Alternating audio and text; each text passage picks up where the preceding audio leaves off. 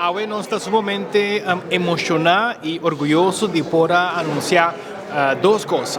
Line-up de nossa banda local, que vai formar parte da noite de Juan Luis Guerra, com o grupo de Betico, Bulleria e Robert Solo Banda Show. E a noite está dedicada a Robert Chandor e também Hilbert Cruz, que em paz descanse, que de ambos estavam artistas que se a toca e a conhecer, interactuar com Juan Luis Guerra. Nós podemos mirar portrait de junto também. Dessa seguro está algo sumamente emocional, pero com seguro o público de Aruba lo vai de desfrutar de uma combinação de banda na maneira grupo de Betico, Robert Solo Banda Show e também Bulleria, naturalmente, que tu vai vir também com um set completamente variado para assim por completar tremendo noite de música com nosso talento local e também naturalmente com Juan Luis Guerra. Nós mestre com Karchinan a bairro Hobby Bom, venda bairro Hobby Bom, Hobby Ticket, milhares de tickets vendidos tanto na Aruba como também internacionalmente. E para o que trata da secção de standing VIP, ainda tem lugar, general ainda tem lugar.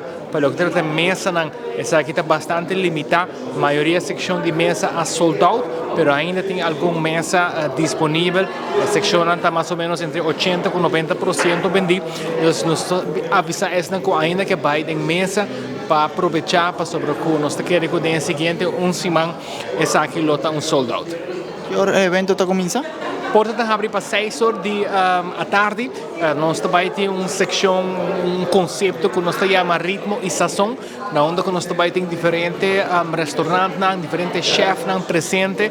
Normalmente você acostumado a fast food na festival, mas nós também criamos algo diferente, elevar experiência culinária, onde você vai ter diferentes tipos de chef, diferentes comida, gastronomia, naturalmente internacional, mas seguro local também, para assim poder desfrutar de a noite, mirando que vai vir uma noite com nós temos que chegar a trempang, para sobre artista tá toca trempang, desfrutar de comida, bebida e naturalmente música. Me invitamos nang dia 3 de dezembro, Harbor Arena, Grupo de Betico, Solo Banda Show, Bulleria e naturalmente Juan Luis Guerra. Nós invitamos para tremendo evento, tremendo a noite, não falta, guapa botella.